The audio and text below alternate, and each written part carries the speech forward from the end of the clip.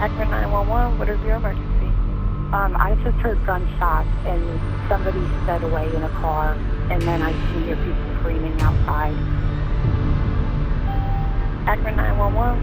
Somebody just rolled up the street, a car pulled in my next door neighbor's driveway, and somebody started shooting the boy in the car, and he is dead. Akron 911. Yes, you. How many shots did you hear? Name the cars in our front yard. What kind of car? I think it's a black SUV. Let me top y'all. All right, take a deep breath for me. How many rounds did you hear? You heard about 7 rounds. Some skinny, dark-skinned boy, he jumped out the car. You guys, please just come on. The boy in the street. After receiving the 911 call, police immediately rushed to the scene. Keep your hands up, man. You got no weapons on you? Turn around real quick. Stay right here. Listen, you two sit down right here. Right here, both of you. Sit down. When we come across one male, we weren't sure if he was a suspect or if he actually was a victim. There is a vehicle up in the front deck of a house. Where's he shot at? Huh? Where's he shot? Copy 2322. Who was shooting you guys? I don't know. Sit down, man. Alright. Unlock the doors. There's another officer at the vehicle, and he can clearly see that the victim is deceased. All right. All right, we have one male that's unresponsive in the car. The victim, he was slumped over, and I can see blood coming out of the left side of his body. See it? Any shots? This male has a single puncture hole through his armpit, probably one to his chest. Is he still breathing? I got gloves on. Talk to him. Yo, who is that? Who is No, that's my cousin. What's his That's name? my cousin. His name is Noah Kennedy. Man, somebody just shot Noah. Okay. He ain't breathing, bro. What's your name, boss? Jeffrey. Yo, what does this car look like? I couldn't see the car, bro. Jeffrey wasn't really sure why Noah would even pull up at this address. He said he had never been to that address before, but it just didn't quite add up. So what happened? 2 people in all black came out shooting at the car. And they ran back over there and I seen the car stood up, but I wasn't paying attention. What kind of car was it, man? I wasn't paying attention, I don't know. Jeffrey kept telling us that there was 2 shooters. They were dressed in all black, and he thought that they had been ambushed. What does the car look like, man? I didn't know. I don't know. You didn't see a car or nothing? They ran out from the back.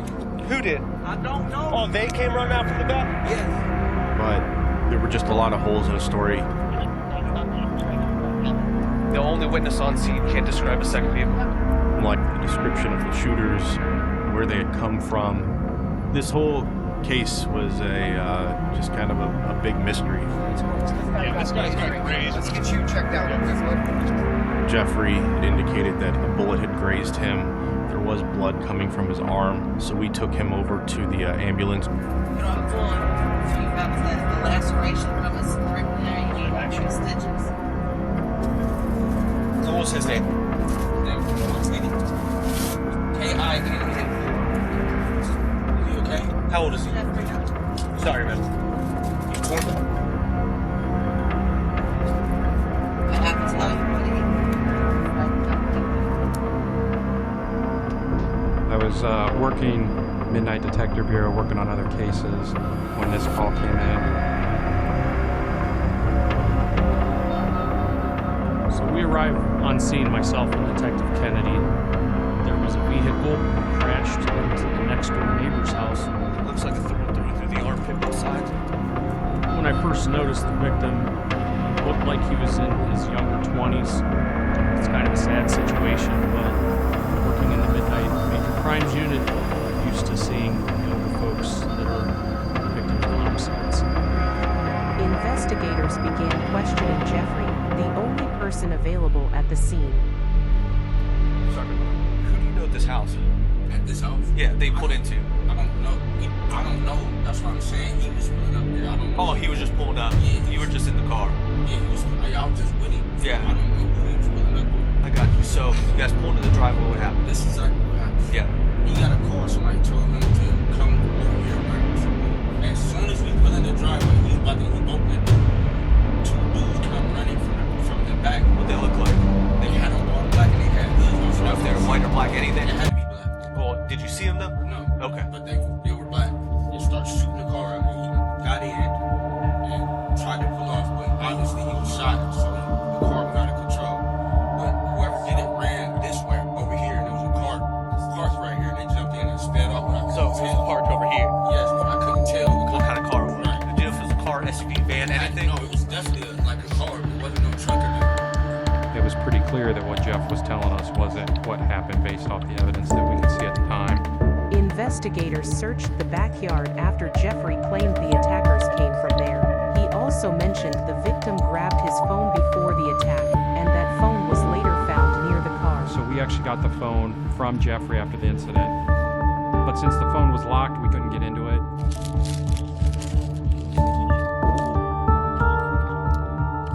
After we interviewed him, we noticed in the driveway all the shell casings were in one spot. So it didn't appear that the shooter was moving while they were shooting. We did recover 7 .40 caliber shell casings. They were all the same caliber and they were all the same manufacturer. At that point, we could assume that there is only one shooter. We searched the area and never located a gun. So we knew that whoever did this more than likely took the weapon with them. So they were somewhere riding around on the streets of Akron with a loaded handgun, and they had just committed a homicide. That's where all the windows busted out. I don't see any casings though. Here's a Vino. Car had that backed in. That's what I'm saying. His bullet hole is here. He didn't get shot from the back. It's here. At this point, it was a mystery. We had no idea who the suspect was. With some clues about the victim, investigators canvassed the area. Nearby, they discovered a CCTV camera, and when they checked the footage, the truth was finally revealed. You see Noah get out of the Jeep, and he gets into the passenger door of the other vehicle, but never shuts the door. His right leg was actually still hanging out. And it was almost immediately you see his legs start kicking. It was clear that there was a struggle going on inside the vehicle. Noah quickly gets out, and you see what appears to be glass shattering. Like there's shots being fired from inside the vehicle. And then you see the suspect get out of his vehicle and continue firing at Noah, shattering the back window of the Jeep. Noah jumps in the passenger side of the Jeep over Jeffrey into the driver's seat and pulls out of the driveway. And that's when he crashes. And then you see the suspect vehicle pull out of the driveway and leave the scene.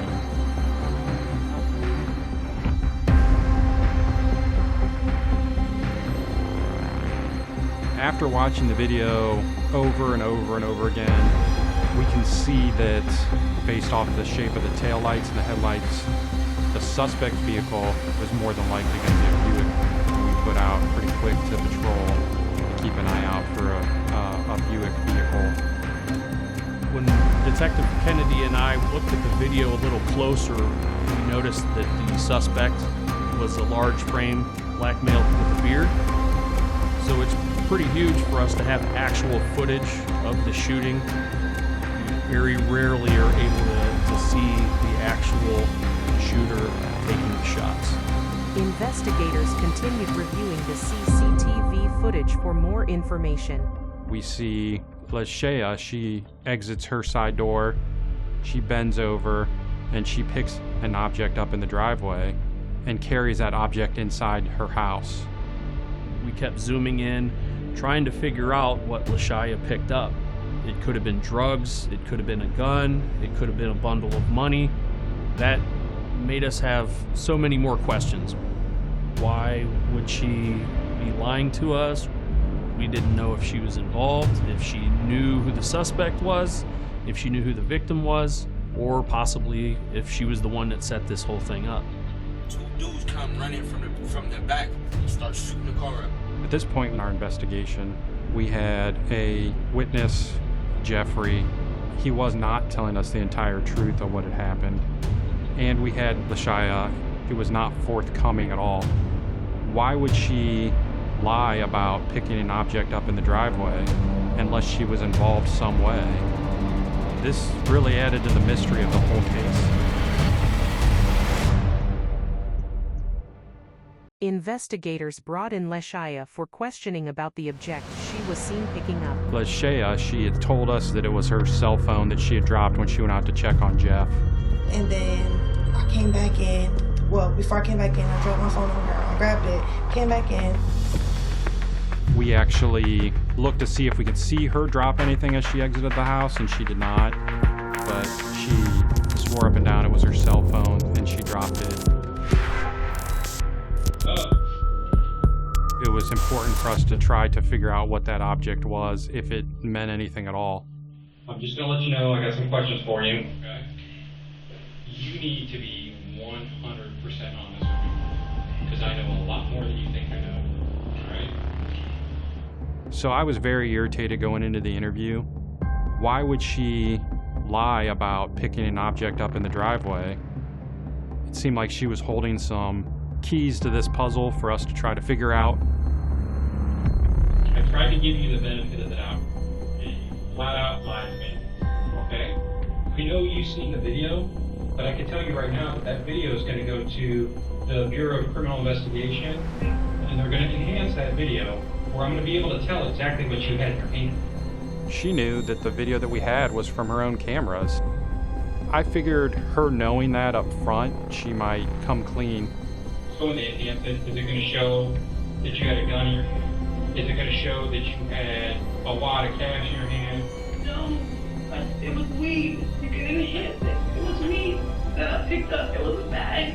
It was no weapon. There was no cell phone. None of that. It was weed that I picked up off that ground. It was weed. You need to be 100% honest with me, because I'm really pissed off about this right now. I'm being honest that what it was. It was weed. Why did you pick it up? I don't know. My mind was just... Did you know what it was when you picked it up? I didn't. She did say that it was a bag of marijuana that she had picked up. That never made sense to me, because why would she lie about marijuana possession, a minor misdemeanor? Now I want you to think real hard about the next question I ask you before you answer. Am I going to link you to them in any way, the ones who were the driver? Am I going to link you to them? I don't believe them. Because I've got truth. I wish I knew more. Lashaya said she didn't know who it was in her driveway, didn't know the suspects, didn't know the cars, but it just didn't make sense why they would be in her driveway. At that point, I definitely knew she still wasn't being honest. So I pressed her pretty hard. I can tell you that I don't believe that, because that car pulls in your driveway and sits there for 6 minutes with its headlights on. Listen to me for a second. 6 minutes with its headlights on before the victim pulls up and sits there for another minute. People don't feel comfortable doing that to some random person's house unless they know them. Are they using your driveway because they're paying you guys money to use your driveway to do drug deals? No. Anything? No. I don't know who it was. I don't know those two guys. I don't know none of them. It appeared to us that it could have been a drug deal. Two vehicles meeting up, pulling into a driveway after 11 o'clock at night, somebody getting out of one vehicle into another. We weren't sure if one party tried to rob the other party, but that's what made the most sense to us at that time. I mean, really, right now, what I should be doing is trying to figure out who killed Noah. I should be here talking to you over what you picked up out of the driveway. So you know you're under arrest for tampering with evidence, right? Which is a felony. And you have to go to some kind of jail for that. When we have a homicide case, I mean, it's not uncommon for people to lie to us. It happens all the time.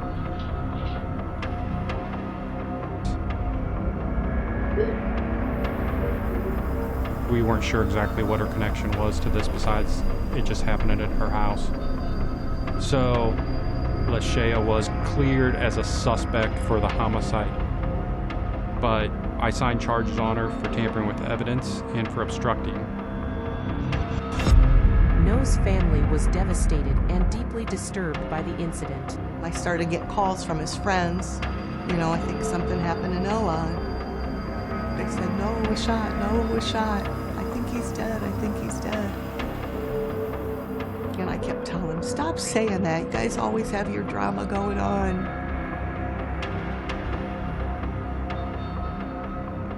I just didn't want to believe it. I just didn't want to believe it. Noah was the absolute best father I could have ever imagined for our daughter. He lit up every single room that he walked into. The night that Noah was murdered, we were texting, and I asked him, I said, hey, can you come over? And he's like, yeah, I'll be over there in about 15 minutes. You know, I just gotta drop my friend off. And so I waited and I waited on him to come. And when I didn't get a message back from him, I just had this really bad feeling, because when Noah tells you he's on his way, he's on his way. And I got that phone call. They told me that he was shot. I kind of had the feeling that he was gone right then and there.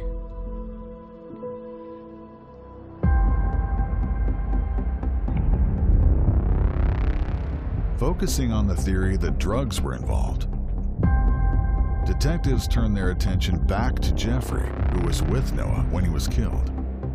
Jeffrey, he had a warrant for his arrest. It was a felony warrant on other charges against him.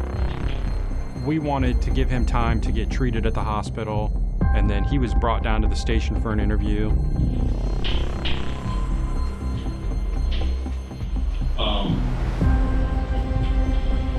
I want to talk to you a little bit more about your buddy, okay? So, this is things that happened since I talked to you today. Jeffrey, he was pretty emotional when we first spoke to him out at the scene. Man, somebody just shot Noah. He ain't breathing, bro. I'm not charging you with anything for this, but just because you're in custody and you're not free to leave because of your other charges, you're free to be. For this interview with him, we were hoping that his head was a little bit more clear. Plus, at that time, we knew that some of the things he told us initially weren't true, so we wanted to press him on those issues as well. Y'all getting out of hell first, and how to find out hell. I'm trying to get out, bro. I just seen my cousin die. I'm going crazy in jail, bro. I understand, but that's not what we are. I don't have any good control over that. I'm trying to solve who did this to Noah, you know? Jeff was pretty key in this case because he definitely cared about Noah.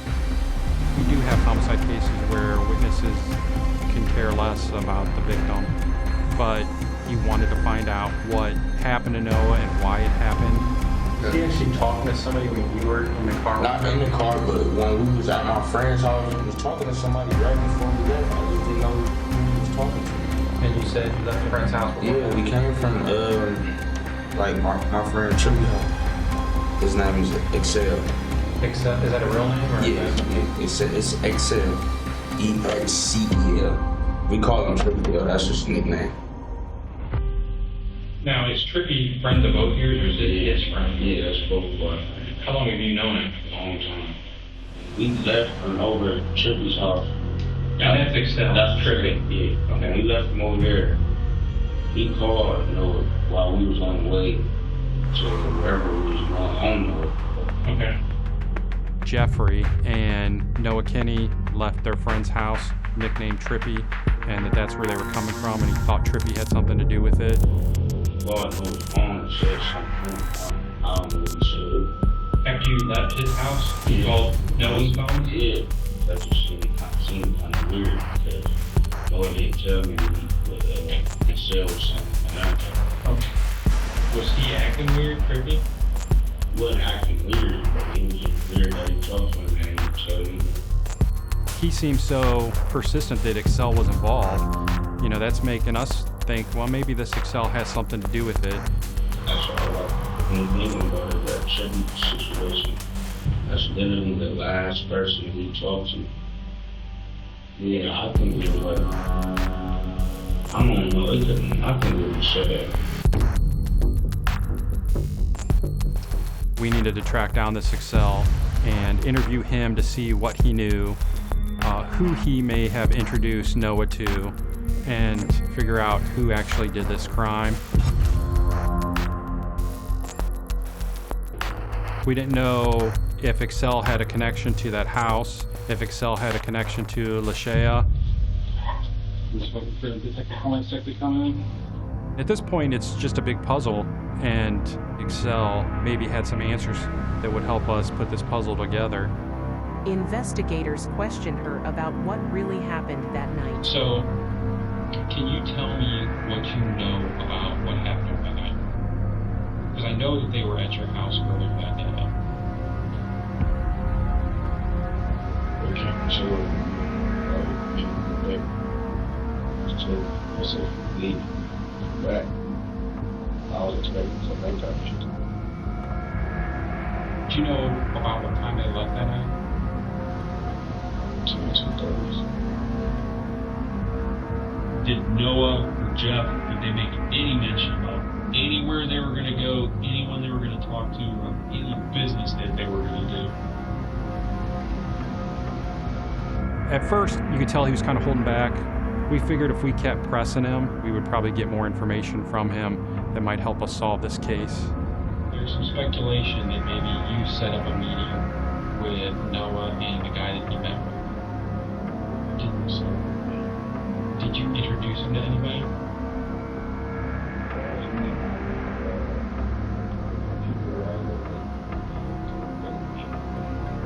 Who's that person?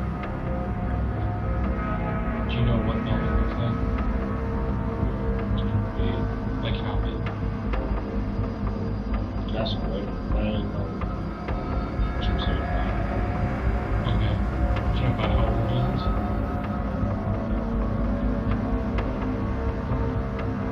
Do you know what Melvin's last name is? Once he gave us a description of Melvin, it kind of clicked with us because it matched the description from the video.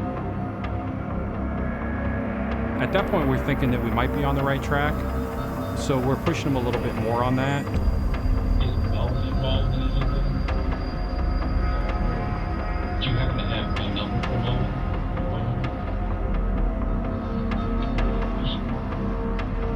And I just want to make sure that you didn't text, Noah and say, hey, go meet this guy or whatever. He showed us his cell phone, and it was in his contacts, and it was under Mel.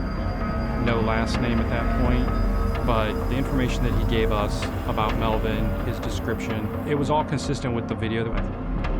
So I pull up this nursing home's Facebook page, and I start scrolling, and I'm scrolling, and I see the name of an employee of the month, Melvin Terry, and it's got a photo of the guy. The guy's smiling. He's a light-skinned black male, heavier set with a beard. He matches the description from the video. It matches what Excel said. So now I'm starting to put the pieces together, and I'm like, this is our guy. Investigators discovered a connection between Noah and Melvin. By checking call records, they found several messages exchanged between them. One of the text messages was from Melvin to Noah to meet him at that address. Investigators located the car for major evidence and sent it to the lab for further clues. It had bullet holes in it, and the passenger window also had bullet holes in it. There were still bullet holes in the metal behind the door cover. And there was also blood on the inside passenger door of Melvin Terry's car. We did swab the blood. Those blood swabs went to BCI, our Bureau of Criminal Investigation, and we did get a hit for Noah Kinney's blood. So we knew at that point that Noah Kinney was shot in Melvin Terry's car because his blood was in the car. The owner of the shop, he showed us the invoice for repair for that vehicle, and on that invoice the name of Melvin Terry was on there with a phone number. We were able to track that phone number back to our suspect, Melvin Terry, his father. Here's the first time. The case took a new turn when investigators learned that Melvin was driving the car that night. With enough evidence in hand, they moved in, arresting and questioning him. We felt we had enough to sign a warrant for Melvin Terry for this homicide. The motive in this case was never really crystal clear. You know, our theory early on was that it was a drug deal that went bad. But to this day, we still don't know exactly what happened. After a long week of trial, Melvin was convicted of Noah Kinney's murder.mp3. Justice was served, but a precious life was lost forever.